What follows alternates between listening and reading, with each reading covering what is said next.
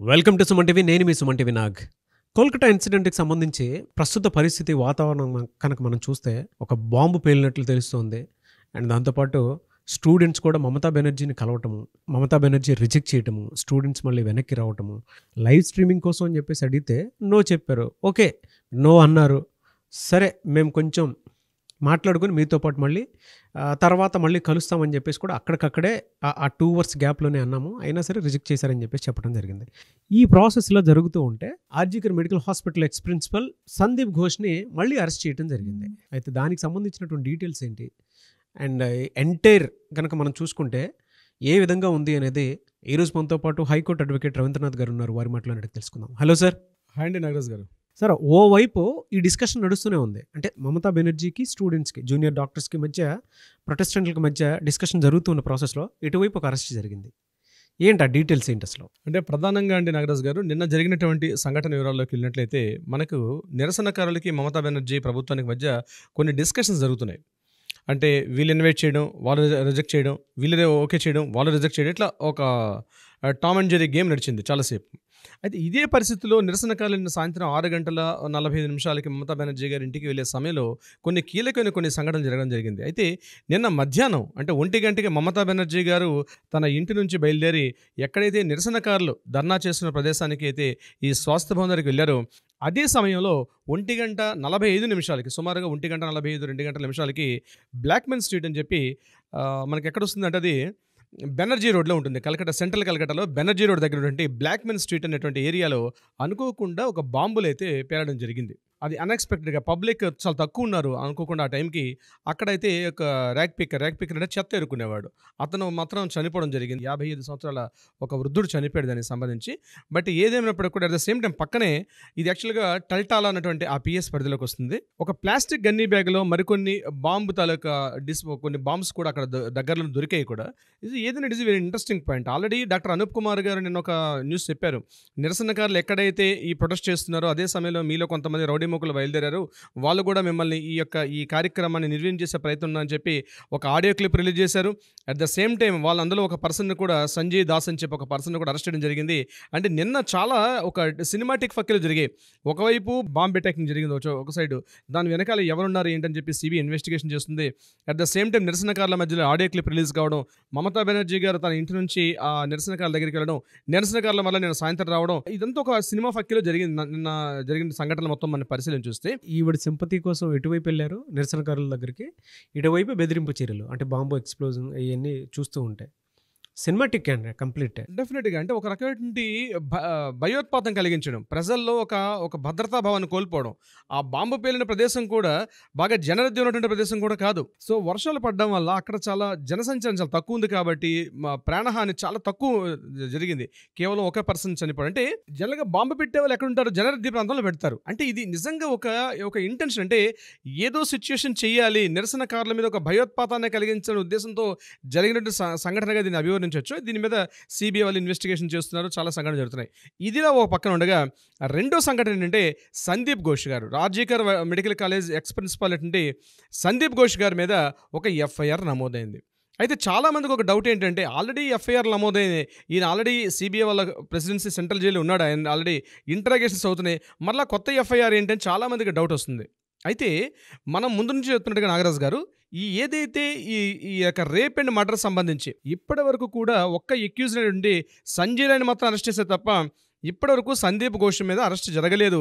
ఇంక ఎవరిని అరెస్ట్ చేయలేదు, ఓన్లీ ఏకైక వ్యక్తి ఉన్నారు, అతను సంజయ్ రాయ్ అని చెప్పుకోవడం జరిగింది. అయితే నిన్న సాయంత్రం 5 గంటలకి 5:30 సమయంలో సిబిఐలో కొన్ని ప్రత్యేక దర్యాప్తు బృందాలు ఫస్ట్ టైము సంఘటనకు సంబంధించి ఎఫ్ఐఆర్ నమోదు చేశారు, సంజయ్ రాయ్ని కాకుండా సందీప్ ఘోష్ మీద. ఇది గుర్తించాలి. సో నిన్న జరిగిన ఎఫ్ఐఆర్ దేని మీద జరిగిందంటే, ఏదైతే సంఘటన జరిగిందో ఆ సంఘటనకు సంబంధించి ఎఫ్ఐఆర్ నమోదు చేశారు. సంజయ్ రాయ్ ఇప్పటివరకు ఉన్నాడు, సంజయ్ రాయ్తో పాటు అక్యూజ్డ్ నెంబర్ 2 అయ్యాడు ఇప్పుడు సందీప్ ఘోష్. ఇది ఎప్పటి నుంచో మనం సస్పెక్ట్ చేసిందే, కానీ నిన్న ఈ సంఘటన జరిగింది. దీనికి ప్రధాన కారణంగా ఏం చేశారంటే, తలా పోలీస్ స్టేషన్ అంటే మెయిన్ ఈ మీద చేసిన అభియోగం ఏమిటి అంటే, ఏ యొక్క అభియోగంతో చేశారంటే, ఒకటి నెంబర్ 1 సాక్ష్యాధారాలను తారుమారు చేశారంటే ఒక సంఘటన, రెండోది సాక్ష్యాలను తారుమారు చేసే ప్రయత్నంలో ఎవరైతే అనుమానితులు ఉన్నారో అనుమానితులకు ఇతరులకు సహాయం చేశాడు అన్నటువంటి నెపం మీద మరొక రెండు పాయింట్స్ మీద అంటే మేము ఇతను కష్టాలు తీసుకుంటామని చెప్పి సెల్డా కోర్టు వాళ్ళు రిక్వెజిషన్ ఇచ్చారు. ఇమీడియట్గా సెల్డా కోర్టు కూడా దాన్ని ఓకే చేసి ఎఫ్ఐఆర్ నమోదు చేశారు. కోర్టు ఆర్డర్ ద్వారా ఎఫ్ఐఆర్ నమోదు చేశారు. డైరెక్ట్గా ఎఫ్ఐఆర్ నమోదు చేయలేదు, త్రూ కోర్టు ఆర్డర్ ద్వారా నమోదు చేయడం జరిగింది సిబిఐ వాళ్ళు. So this is the first time గడిచిన 36 రోజులకు జరుగుతున్న ఏదే సంఘటన ఉందో ఆర్జికర్ మెడికల్ కాలేజ్ సంబంధించి, అందులో ఈ సంఘటనకు సంబంధించి సంజయ్ రాయ్తో పాటు అక్యూజ్డ్ నెంబర్ 2గా సాక్ష్యాధారాలను తారుమారు చేశాడనే విషయం మీద ఇతను అరెస్ట్ చేయడం జరిగింది. అయితే నేను మనకు దొరికే ఎఫ్ఐఆర్ డీటెయిల్స్ కూడా నేను మీతో షేర్ చేసుకునే ప్రయత్నం చేస్తాను నాగరాజ్ గారు. 13/8/2024 Calcutta high court WPA/P number 331/2024, 332/2024, 333/2024, 334/2024, 325/2024, 339/2024, date 13/8/2024. ఇప్పుడు నేను చెప్పినట్టు కూడా హైకోర్టు ఇచ్చిన ఉత్తర్వుల యొక్క ఆర్డర్ నెంబర్. దీని మీద ఎఫ్ఐఆర్ నెంబర్ 52/2024 కేసుని సిబిఐ చేత తీసుకున్నారు దీన్ని. సో నేను ఎఫ్ఐఆర్ నెంబర్ను కూడా మీకు రిలీజ్ చేయడం జరిగింది. ఇది 13/8/2024 నాడు వీళ్ళు కోర్టుకి అప్పీల్ చేస్తే 14వ తారీఖు నాడు సిబిఐ కోర్టు అనుమతి ఇచ్చింది. నిన్న RC 0482024S0010 కింద ఈ కేసును నమోదు చేశారు. సెక్షన్స్ 64/103(1) BNS సెక్షన్ కింద దీన్ని నమోదు చేశారు. ఇది BNS సెక్షన్ కింద 64/103 అంటే 2 సెక్షన్స్ ఇవి. ఇందులో ఏంటంటే ఒకటి సాక్ష్యాలను తారుమారు చేసే విధానం కింద ఒక సెక్షన్ వస్తుంది. ఎవరైతే సాక్ష్యాలు తారుమారు చేసేటువంటి అనుమానితులు వాళ్ళకి తన సహాయం చేశాడండి సెక్షన్ 64 అండ్ సెక్షన్ 103. ఈ 2 సెక్షన్స్ కింద ఇప్పుడు నేను చెప్పిన డీటెయిల్స్ ప్రకారం ఈయన సందీప్ ఘోష్ గారిని అరెస్ట్ చేయడం జరిగింది నిన్న సిబిఐ కోర్టు వాళ్ళు. అంటే ఇప్పటివరకు ఆయన ఆల్రెడీ ఫైనాన్షియల్ ఇర్రెగ్యులారిటీస్ మీద కేసు ఫేస్ చేస్తున్నాడు. At the same time ED కింద ఫేస్ చేస్తున్నారు. ఇప్పుడు 3వ కేసు ఆయన మీద ఈ ఎఫ్ఐఆర్ నమోదైంది. దీనికి సంబంధించినటువంటి డీటెయిల్స్ ఇది ఒక ఇంట్రెస్టింగ్ పాయింట్. ఇది సిబిఐ ఇప్పటివరకు చేసిన దర్యాప్తులో ఒక కీలకమైన మలుపు అని చెప్పుకోవచ్చు. ఎందుకంటే సెప్టెంబర్ 17 నాడు సుప్రీంకోర్టులో దీనికి సంబంధించి ఒక స్టేటస్ రిపోర్ట్ ఇవ్వాల్సిన పరిస్థితి ఉంది.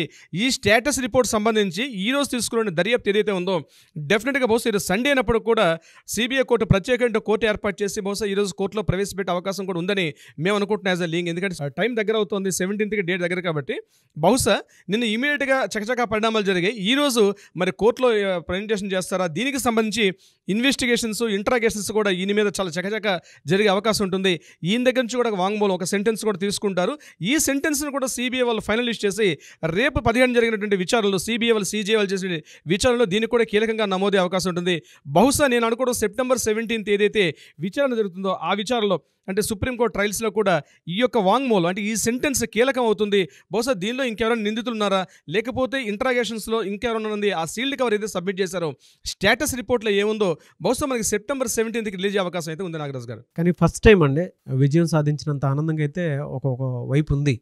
ఎలానంటే ఫస్ట్ టైం అతని మీద ఎఫ్ఐఆర్ బుక్ అయింది కదా, ఇప్పటి వరకు బుక్ అవ్వలేదు కానీ ఫస్ట్ టైం బుక్ అయింది. No doubt it's a breaking news, there is no doubt.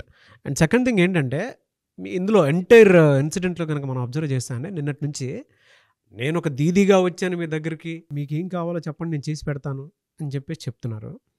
అంటే ఆవిడకి తెలుసు ఈరోజు అతని మీద ఎఫ్ఐఆర్ బుక్ అయ్యేటువంటి అవకాశం ఉంది అనేటువంటి విషయం, అంతే కదా సార్? మరి అంటే కాళ్ళబేరానికి వస్తే వీళ్ళు కనుక ఇచ్చేస్తే ఎఫ్ఐఆర్ బుక్ అవనివ్వకుండా ఏదో ఒకటి చేద్దాం అనేటువంటి దాన్ని. అంటే ఇతని మీద ఎఫ్ఐఆర్ బుక్ అవుతున్నటువంటి విషయం మమతా బెనర్జీకి తెలుసు. అది తెలిసే ఇంటెలిజెన్స్ రిపోర్ట్స్ ప్రకారం ఆవిడ ముందస్తు చర్యల కోసం అని చెప్పేసి ప్రొటెస్టెంట్లు మొత్తం తన వైపు తిప్పుకుందామని చూశారు. ఆ టైమింగ్స్ కూడా చూడండి, ఆవిడ ఫస్ట్ వెళ్ళేటప్పుడు ఫస్ట్ కలిసినప్పుడు మేబీ ఇదే లాస్ట్ అటెంప్ట్ అని చెప్పకనే చెప్తూనే అక్కడి నుంచి కదిలి దాని తర్వాత మళ్ళీ ఈవినింగ్ అవర్లో అదే ఒక 3 hours గ్యాప్లోనే మళ్ళీ మీరు ఇంటికి రండి మనం మాట్లాడుకుందాం అని చెప్పేసి చెప్పటం. ఇక్కడ వీళ్ళు ఎప్పుడైతే లైవ్ స్ట్రీమింగ్ లేకుండా మేము రాము అని చెప్పేసి మొండికేయటం జరిగిందో hats off to junior doctors అన్నారు. No doubt great analysis Nagaraj గారు. మీరు కూడా 36 రోజులుగా మీరు పరిశీలిస్తున్నారు కాబట్టి మీకు కూడా జరుగుతున్న పరిణామాలు ఏం జరుగుతున్నాయి, స్టెప్స్ ఏంటుంది, మీ అనాలిసిస్ కూడా చాలా అద్భుతంగా మీరు చెప్పారు. నిజంగా ఫ్యాక్ట్, ఎందుకంటే అక్కడ జరుగుతున్నాయి మీరు కరెక్ట్గా డిస్క్రైబ్ చేశారు విషయాన్ని. Excellent sir. ఈవిడికి ఎఫ్ఐఆర్ బుక్ అవుతుంది అనేటువంటి విషయం తెలుసు. మీరు కనుక చూస్తే అండి కరెక్ట్గా జూనియర్ డాక్టర్స్ వాళ్ళ ఇంటికి వెళ్ళటము, లైవ్ స్ట్రీమింగ్ లేకుండా మేము లోపలికి రావని చెప్పేసి వాళ్ళు ఒక మాట తేల్చి చెప్పటము, దాని తర్వాత పర్లేదు మీరు రండి అని చెప్పేసి 2 చేతులు జోడించి అభ్యర్థించడం. ఇందులో ఏ రకంగా చూసుకున్నా కూడా మమతా బెనర్జీ ఏ విధంగా ఇన్వాల్వ్ అయ్యిందో అని చెప్పడానికి ఏమాత్రం సందేహం లేదు. అదే టైంలో ఇతని మీద ఎఫ్ఐఆర్ బుక్ అయింది. సెప్టెంబర్ 15 ఇచ్చేటి సిబిఐ రిపోర్ట్ కీలకం అవుతుందండి. బహుశా మరికొన్ని పెద్ద తలకాయల విషయాలు కూడా బయటకు వచ్చే అవకాశం ఉంది. బట్ వాళ్ళు చేస్తున్న 5 డిమాండ్స్లో సిపి రిజైన్ చేయాలి, కమిషనర్ ఆఫ్ పోలీస్ రిజైన్ చేయాలని చెప్పి గట్టిగా వాళ్ళు మాట్లాడుతున్నా, వీలైతే నేను రాజీనామా చేయడానికి సిద్ధం, నా చర్య నాకు ఇంపార్టెంట్ కాదంటూ, బట్ సిపి రిజైన్ చేయడానికి ఎందుకు అంత మంకు పట్టు పెట్టారంది బహుశా ఈ 2-3 రోజుల విషయం కూడా తెలిసే అవకాశం ఉంటుంది. నో డౌట్ అండి, ఇది it's big issue, national issue, చాలా పెద్ద బిగ్ ఇష్యూ అని చెప్పేసి చెప్పొచ్చు. డెఫినెట్గా దీనికి సంబంధించినటువంటి అప్డేట్స్ మరి కొద్దిసేపట్లో కూడా మనకు తెలుస్తుంది. కాబట్టి what ever the reason, we want justice, we demand justice. So డెఫినెట్గా మనతో పాటు మన ఆడియన్స్ కూడా పెద్ద ఎత్తున దీనికి సంబంధించినటువంటి అప్డేట్స్లో మంచి కోసం మనతో పాటు ఉంటారని కూడా అనుకుంటున్నాను నేను. ఎలాగో ఇది ఫస్ట్ ఎఫ్ఐఆర్ బుక్ అవటమే పెద్ద అచీవ్మెంట్ అని చెప్పేసి చెప్పడం. రెండోది స్టూడెంట్ యూత్ ఒకే మాట మీద నిలబడి లైవ్ స్ట్రీమింగ్ లేకుండా మేము లోపలికి రాం చెప్పడం కూడా really great thing, great achievement అది అసలు. Yes and hats off to you sir, great knowledge, great information. Thank you అండి, thank you so much Ravindranath garu. Thank you so much Nagaraj గారు.